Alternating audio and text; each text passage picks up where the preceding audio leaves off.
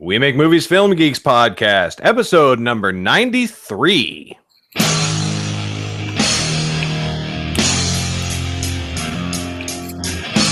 Welcome to the We Make Movies podcast, making the world a better place, one film at a time. And now, here are your hosts, three aspiring sellouts, Chad, Michelle, and Garrett. Welcome to the We Make Movies Film Geeks podcast. Podcast all about how to get your movie made, how to get it seen by other people, and how to get it awesome. I'm your host, Garrett Robinson. With me, as always, faithful co-host Michelle Lucadou, and we cannot seem to ever have an intro that is correct because Chad is not with us this week. He is currently off. I know. He's currently off working on a show pilot, which is awesome. And every once in a while that happens on this show because it turns out that we make movies. I don't know how anyone would have known that that was the case. We should probably put that in the name somehow. Yeah, we make movies and TV. And TV. Did you do the cheer sound effect? Because I know I didn't do it. I like sound effects. Interestingly, I will not be here next week. I will be in Austin. So it's and we didn't do a show at all last week. So I know. And I may not be here next week either because I am doing a table read of the feature film that I'm shooting next month. Well, then it's just going to be Chad. I mean, we do a show without him. He does a show without us. That's fair both ways, right? Super great plug. I'm doing the sequel to a hilarious film. It's a movie musical-ish, or musical within a movie, called Waiting in the Wings. So I am going to be playing a role on Waiting in the Wings 2, which will be super fun. Fantastic. Check it out. As long as we're plugging things, my book got There's a joke in there somewhere. I see what you did there. My book got to number 18 on the entire Amazon store this week. So that's a thing. I'm very excited. It is called Nightblade. And if you... Jesus Christ, is this going to be one of those shows? If you like fantasy and you like reading as much as you like movies, check it out. As always, if you're watching this live, feel free to comment on the YouTube channel or tweet us at #WeMakeMovies and we will respond live. Actually, tweeting this week, probably not the best idea. Chad keeps an eye on the hashtag on Twitter. I do not. And so just comment on YouTube. Tweet. No, you can tweet. You can just tweet into the Tortosphere and then it goes out and it's wonderful. The Tortosphere. If you wanted to hashtag makeover, I'm going to be doing my makeup during this Nice. because Garrett and I are going to a screening tonight. Yes. So I'm going to go from this to something that's hopefully significantly better than this. So if you're watching live, the transformation shall begin. Michelle? Yeah. Doesn't get better than that. Oh. That's why he's got 17 kids. 3. For the record, I have 3 children. 3 of them. So, okay, so we'll get into the news in a second, but there's this joke going around on Tumblr that it's a joke that's based on an earlier Tumblr joke, so it might not be the best thing in the world, but basically there's this whole dude bro speak that dude bros tend to talk in, and it's there's this joke that's gone around for years of dude bros saying really surprisingly nice and sweet things to each other, and it's bro, you mean the world to me. And the other guy just says, bro. So somebody did it with pirates, and it's amazing. There's 2 pirates talking to each other, and it's what's a pirate's favorite letter? And the other pirate sighs and says, it's, you'd think it would be R, but a pirate's first love is the sea. And the other pirate says, matey, this pirate's first love is you. And the other pirate just goes, matey. It's kind of amazing. You have to be on Tumblr. I guess you had to be there. You have to be a Tumblr to get it. You have to be an entire Tumblr. I'm not a Tumblr. Let's move swiftly on from my terrible joke and get into the general you were way too eager. General news for the week. Michelle. It's Emmy Day. It is Emmy Day. It is not Creative Arts Emmy Day. That was last week. So if you were a Creative Arts Emmy person, it's not happening now, and you're not as cool. So predictions are pretty clear. So like Modern Family, it's gonna be the winner for best comedy series, like probably like 95%. But it's a toss-up. Here's the thing: the drama category, you don't know. It might be Mad Men. It might be Game of Thrones. I'm gonna guess that it's Mad Men because everybody is like sad that it ended, and it's just like a little like post-mortem. Yep. Posthumous. Mm-hmm. That's a reward, that kind of thing. But you know, Mad Men, and along those lines, John Hamm. Most people are saying is going to win Best Actor. But I would go. Okay, so if I were picking the Emmys, and I should. Okay. I would say Kevin Spacey for House of Cards. He is freaking brilliant, and those monologues are amazing. Those monologues to camera where he's like, just he's so amazing. Unfortunately, I feel like to most of the audience and to critics, season 3 has been the weakest season. I didn't feel that way, but that's the feeling I get from online. I hope he wins it because he's so incredible. But brilliant. I think season 3 has been the weakest according to critics because we are so used to them being amazing, him and Robin Wright, because she's freaking awesome, that we're just like, oh yeah, cool, they're great actors, and like not like a wow, they're amazing. Like we already it's like we already know that a McDonald's hamburger is going to make us feel like shit the next day. Like it's something we already know, and it's not like news. So yeah. Anyway, along those lines, Viola Davis is a heavy favorite for Best Actress in a drama, as she should be. She like rules the whole screen. She's amazing. She commands and demands. And I'm sorry, what show is she in? I actually, this is a tremendous failing on my part. I wasn't aware. How to Get Away with Murder. Really? Yeah.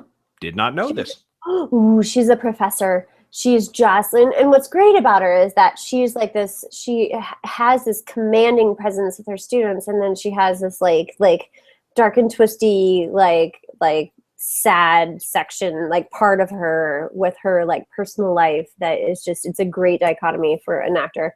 It's amazing. She's so good. And then Jeffrey Tambor is the guy for Best Actor in a Comedy for Transparent, which I am sad to say I have actually not seen. I'm a loser. Did you see it? I haven't seen it. I want to see it, but it's, I know. We suck. We just suck. There's so many things to watch. There's so many things. I can't do it. Anyway, so, and then obviously to round out the actors, Amy Schumer is like obviously the clear favorite to win because she's Amy Schumer, and in honor of Amy Schumer, I'm going to apply blush. So there's that. Amy Schumer, my blush. Does Amy Schumer make you blush? Because this could go in an excellent direction. Right. Amy Schumer, I want to be on your show. Amy Schumer. Well, I would love to watch the Emmys, but I'm not going to. Because neither of us are going to, because we have a screening to go to. Also, Chad's attitude towards award shows is really starting to bleed into me. Yeah. I don't have a high opinion of them. Even though, here's the thing, I'm still very heavily invested in, for example, Kevin Spacey winning Best Actor because I really want him to. I would love to see Transparent win because I have seen clips. Transparent is the kind of show that Tumblr fucking loves. And since I spend so much time on Tumblr, there's tons of clips of it and GIFs of it and all this kind of thing. So it's one of those things where I feel like I'm in the fandom, even though I've never seen an actual episode of the show. So reasons to put your show on Tumblr. Reasons to be on Tumblr for publicity purposes. Like that is publicity. You have just been someone's demographic right there. Right. Like Tumblr is the whole reason I got into Supernatural. And as not award winning as that show is, it's a lot of fun. And I just kept seeing all these GIFs all over the fucking place. And I was like, what the fuck is this show? And I started watching it and I was like, oh my God, it's like a macho version of Buffy. I love it. Anyway. You know, well, and by the way, I know you guys were all about Sense8, and I Sense8. so good. It's so good. It's so good. It's so good. All of it. Just all Which of it. is- All of it is so good. Not to revisit a topic we already talked about, but I'm so relieved to see that, because after Jupiter Ascending, I was really worried about the Wachowskis. I was super concerned about them. And then Sense8 by the Wachowskis. And I was like, okay. They And need to just settle into their, respective genders, and then they're fine. yeah.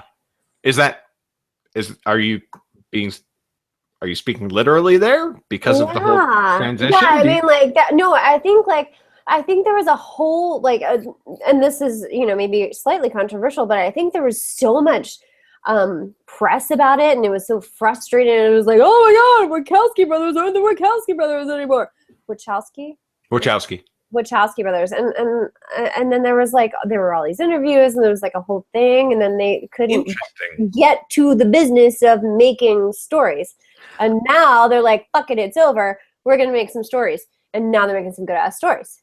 I felt more like it was the influence of the studio. I actually don't know what studio funded that movie, but I know that Cloud Atlas, the movie they did before that, was funded independently. Now, when you say funded independently, it was funded by some of their rich friends in Hollywood, but it wasn't Fox stepping in and saying, here's $150 million to make a movie, right? It was, they still had a lot of control, and Cloud Atlas didn't do well commercially, but I fucking loved it, and critics loved it.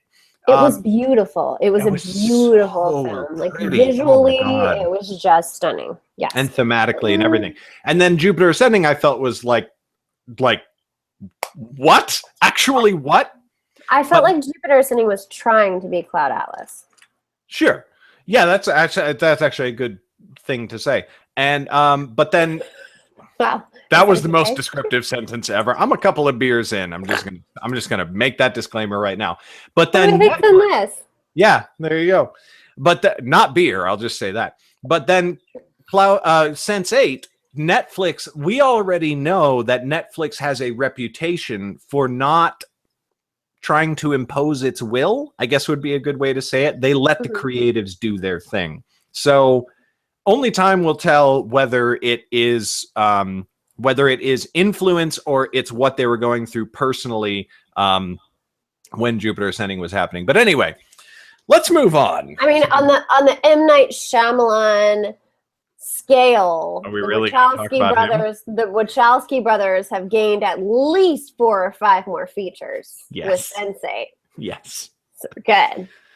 If you want to watch an amazing review, go watch Movie Bob. Movie Bob is a YouTube channel who reviews movies, and he does the best rants against movies ever. Watch his review of The Visit, which is the most recent M. Night Shyamalan horror film. I'm very excited about this. It's so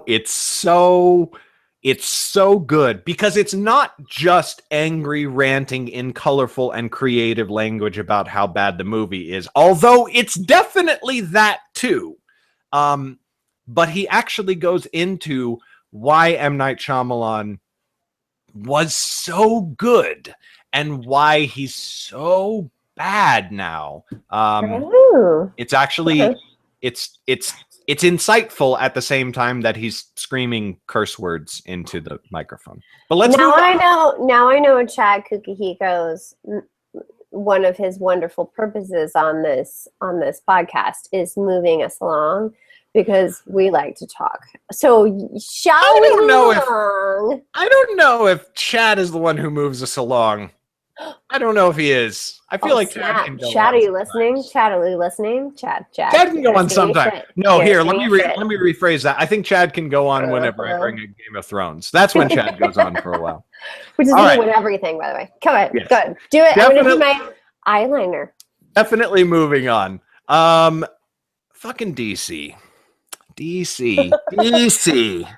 people. Seriously. These people. Okay. So Zack Snyder is the director of the upcoming Batman versus Superman movie, aka Batman versus Superman, the Justice League movie that doesn't have the balls to call itself the Justice League movie because the name is so fucking stupid. So that whole thing, by the way, was the title. That's not my commentary. No, I'm with you. I'm with you. Yeah. So Zack Snyder went after Marvel in a recent interview, which just why the fuck? But he went after Marvel and he described Ant-Man as the flavor of the month and basically insinuated that the Marvel movies are all the same and that each new one is just another Marvel film rather than its own thing, which completely ignores the fact that what every reviewer, fan, and critic liked about Ant-Man was that it was a different take on the classic Marvel film with a lot more humor and a more like heist film kind of feel, completely ignoring all of that.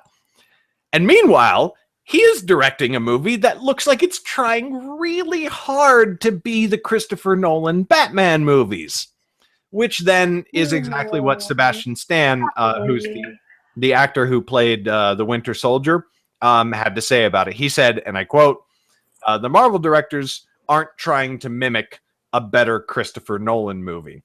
So, DC, I feel like you need to rein your people in. Like, just knock this off. Marvel is kicking your fucking ass, and they're doing it for a reason, a legitimate reason that you have not clued into yet. And their films are 10 times better than yours. That doesn't mean you should stop making films. I'm sure some people still like them, but don't walk around trying to act superior when by any metric possible, you aren't. And you're trying to hang on to the glory that an amazing writer and director gave you with the best trilogy of superhero films that have ever existed. Yeah. DC needs to knock some shit off. I mean, I get it. You know what's interesting? I would like to rebut your statement, but no, I'm with you. I nothing. I would like to have something to say so that we could have some back and forth. Like, no, yeah, hallelujah. But you're right. Dude, seriously. Yeah. Yeah. I get the whole concept of like, if you are if you're not on top of the dog pile, then you have the right to like punch up, right? Mm-hmm. But because like I feel like it's more appropriate for independent artists to criticize mainstream Hollywood than it is for mainstream Hollywood to turn around and be like, well, nobody fucking watches your movies. And it's like, whoa, Hollywood, take a chill pill. You already make like all of the money in the world. But like DC isn't hurting for money. Well, maybe they are. I don't know. But like maybe. Relative. Yeah. He just filed bankruptcy. So we don't know. So but I'm like, DC, you shouldn't go around like trying to strut your stuff in front of Marvel because Marvel, people fucking love Marvel. They adore it. I'm one of those people and we love it. And we're content to let you do your thing. But when you come and try and swing your dick around and whatever, Marvel's going to break your boner. Okay? All right. That's all I have to say about that. All right. Okay. So, all right. So speaking of boners, no, there's no segue there. There's nothing with boners. But I do have a little inspirational news yes. that I found when I was combing the innards of indie film inspirational news. Richard Hicks is this casting director of this new film, Weightless. It's starring Alessandro Nivola. He's from like American Hustle and like Face Off. They just had an open casting call for roles in a new feature, which is just awesome because actors tend to feel like shut out of the film world. Like you can't get an audition. You have to get an agent to get an audition and like there's all this stuff. So anyway, so they held these auditions in a fellowship hall in Troy, New York, and hundreds of people showed up. For like a chance at fame. There was like one of the lead roles was up for grabs. He's like, fuck it. Let's see if there's anybody out there who can be an amazing actor. So they were looking for adults and children. So there were adults. I think the largest part was a child. I think an 8 to 12-year-old that was like 150 to 200 pounds. But anyway, so they have a Facebook page that is a NY Capital District Film Community, and that just brings together filmmakers in their area. And then someone did a story on them that they were doing an open casting call. I mean, how awesome! That's super cool. This is what it's about. Like this is what we make movies is about. This is what these guys are about. This is what it should be. It is about community and opportunity and making films together and making good films and incorporating people that would not necessarily have the chance to be incorporated in some Paramount or whatever film that who isn't represented by WMM or CAA. But wants to make a difference. Did you mean to say WMM? Not WMM, WME. Sorry. There we go. I think we would love to represent.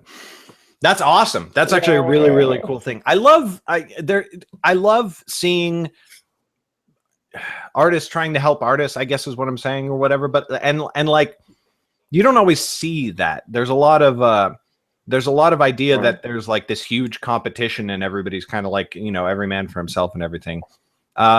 And that's not what we're about. And I don't think that's what artists should be about. So there you go.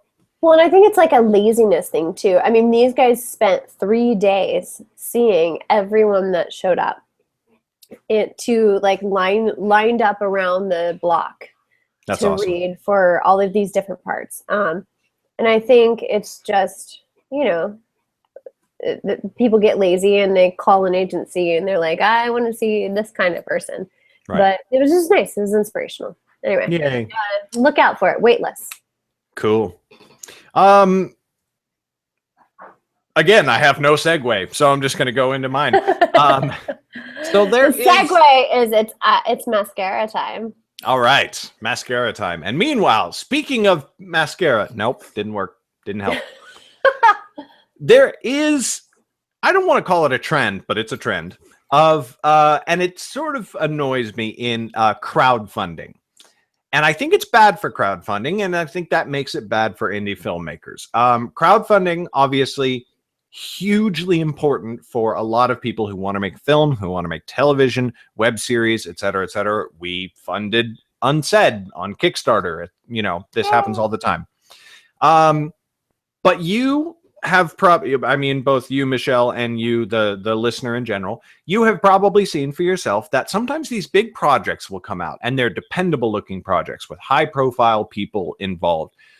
And they raise huge sums of money with their campaigns, and not just for films, but for video games, board games, all kinds of different things.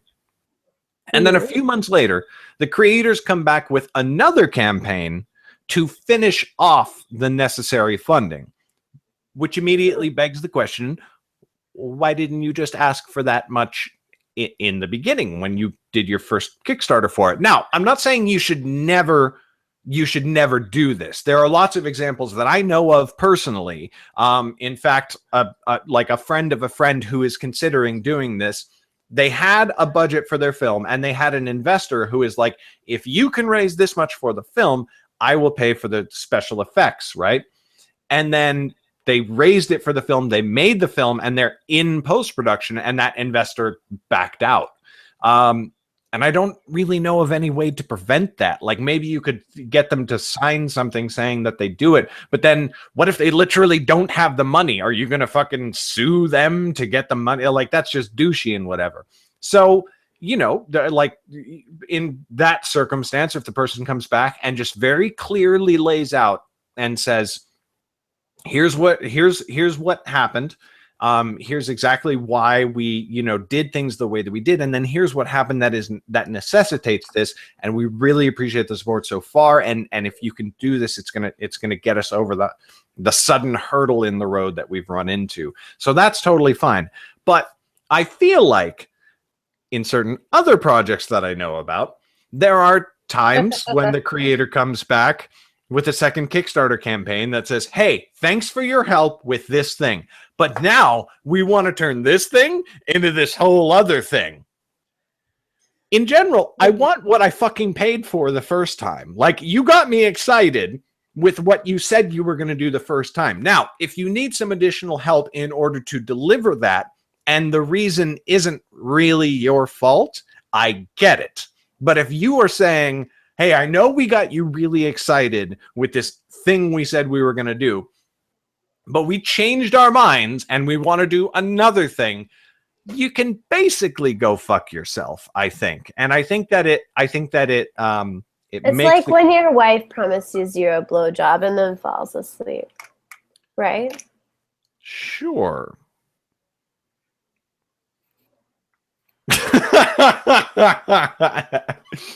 No. Not the first comparison I would have made, but after running it through my head a few times and the desk lifting up 1 or 2 inches, I get it.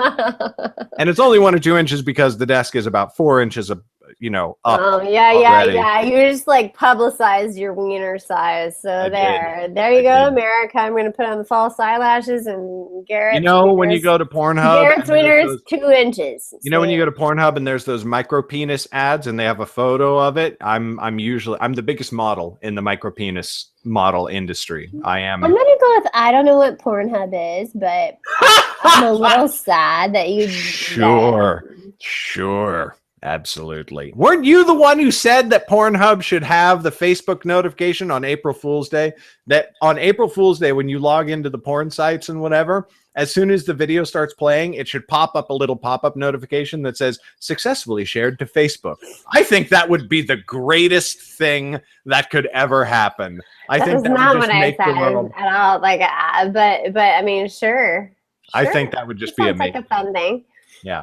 Absolutely. Okay. So, moving on from Pornhub. How did we even get there? I don't know how. No, you got there. You brought up blowjobs. That's what.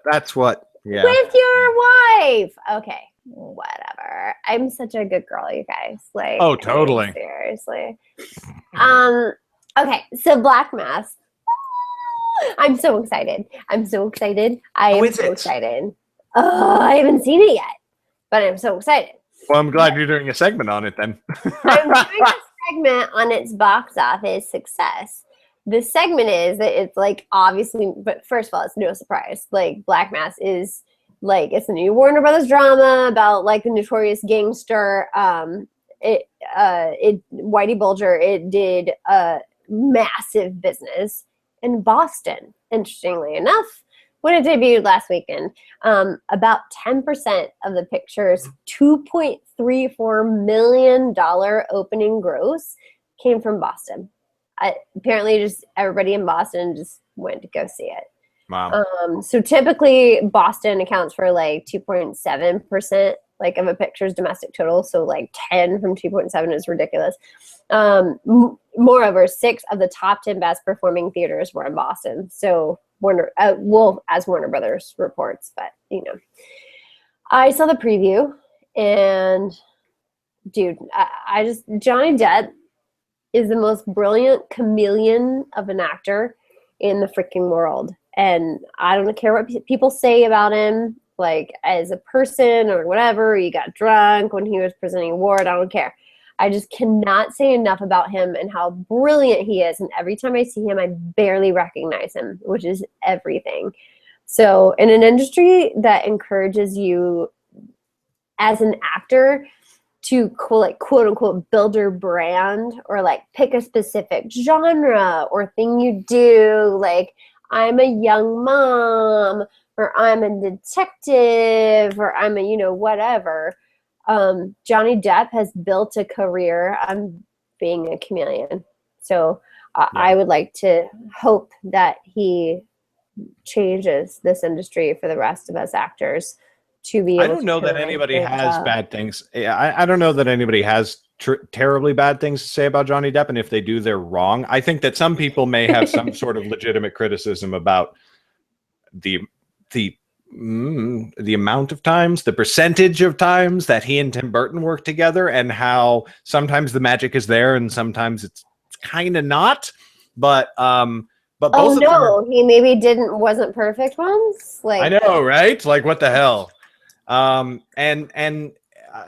As a person, like, my God, getting drunk in an awards show, I I give less than 0 fucks. In fact, I enjoy it. It wasn't like he was getting drunk at the Oscars. Like, right. he was, I mean, everyone was drunk. It's just happened to maybe not hold his liquor as well. Quite as well. But then he spent, like, does anybody have any fucking idea how much time he spends at like children's hospitals and like how much money he donates? And it's just like, if you have something bad to say about Johnny Depp, jump off a fucking cliff. Like, thank you. Like, you suck as a person, and he is amazing. So you can go straight to hell. But that's a great segue. It is actually is it a great segue? No, it's not at all. Not at all. No. The show without Chad is the show with the most terrible segues that have ever existed. Okay, because it's okay. All is it well. Is. It becomes its own thing. But that's awesome. I want to check out Black Mass. I have seen things about it that seem great, and there you go. I have another for the final segment of the show. It's a bit of a shorter show today since we don't have Chad.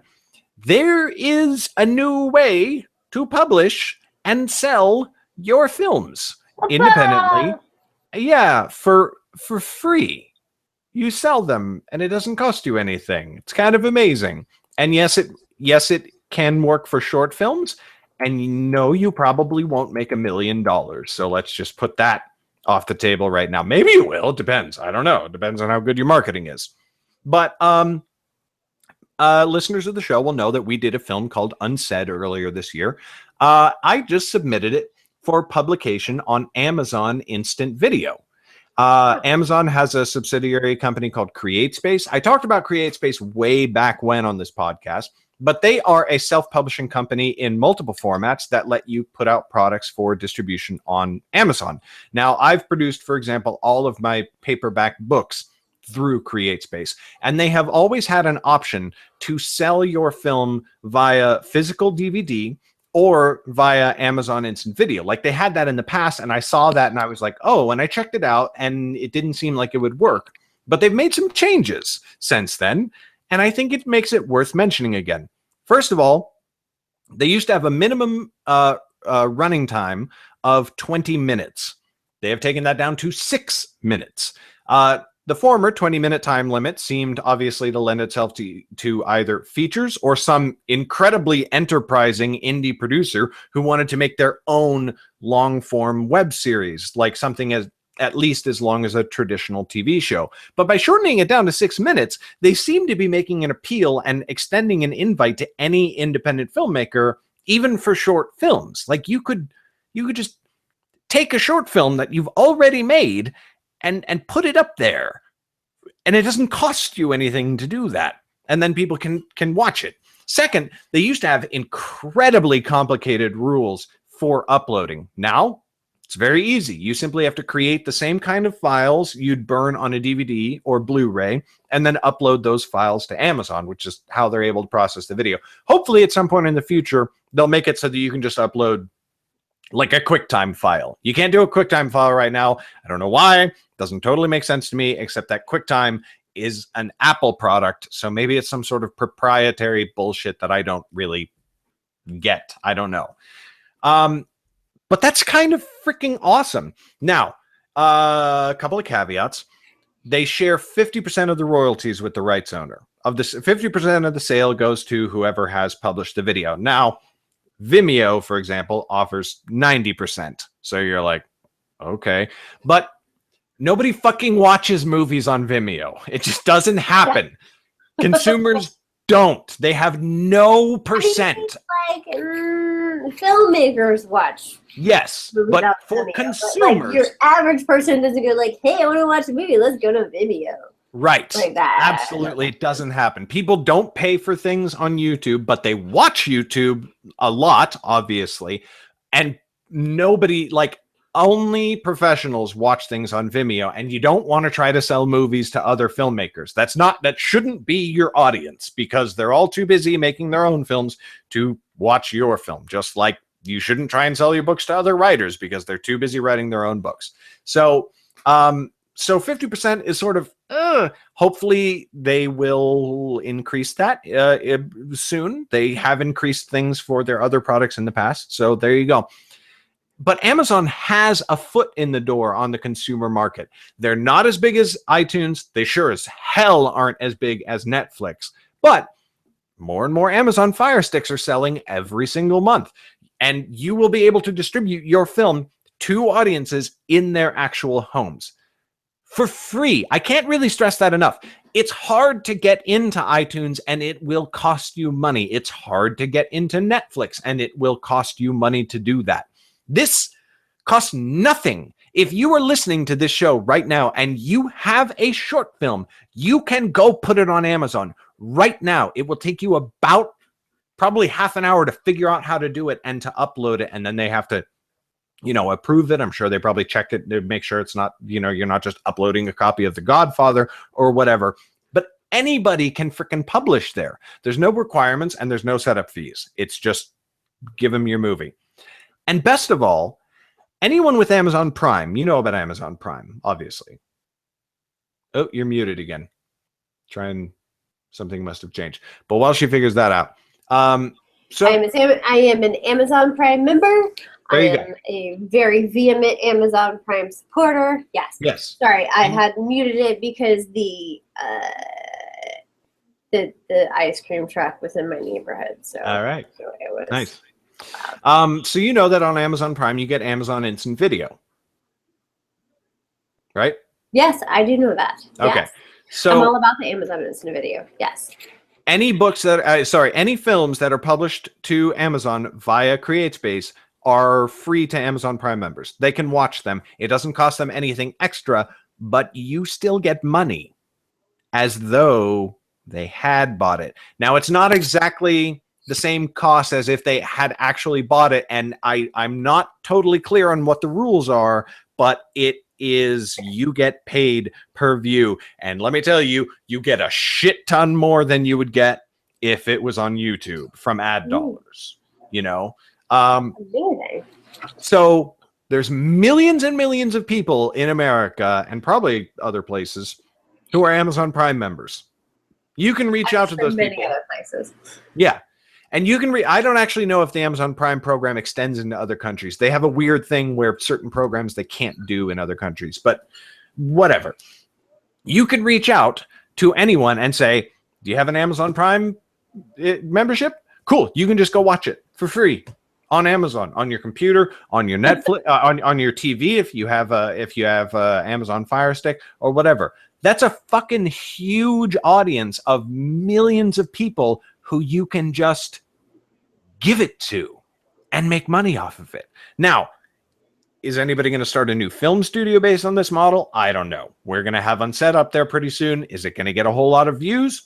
I don't know. We're going to see. Unsaid, unfortunately, maybe not the most commercial film in the world. The drama about somebody's mom dying. I can't really see that appealing to the 18 to 24 male demographic. But I'm gonna let people know when the film's available on Amazon. I'll obviously tell you because I want you to go watch it. And I would encourage any filmmaker out there to check it out, especially if you already have an existing body of work. If you've already made 6 short films, why the hell not just put them on CreateSpace? It doesn't cost you anything. You can start making money, even if just like your family wants to go and buy it. That could make you an extra few $100. I don't know. It's pretty crazy. So that's exciting to me. It is exciting. And here's the thing. I think that we are, as a community, beginning to find new ways of getting product, aka our films, out into the world. And I think it's exciting that there is another way that filmmakers can actually garner revenue from making great art. I see all these people that make beautiful films and don't make anything off it, or not even don't make anything off of it. No one thinks that they will ever make $1 million off of a short film, but people spend their life savings on films Right. and making good art. And it's nice to see that there's a way that it can kind of like go back to the filmmakers.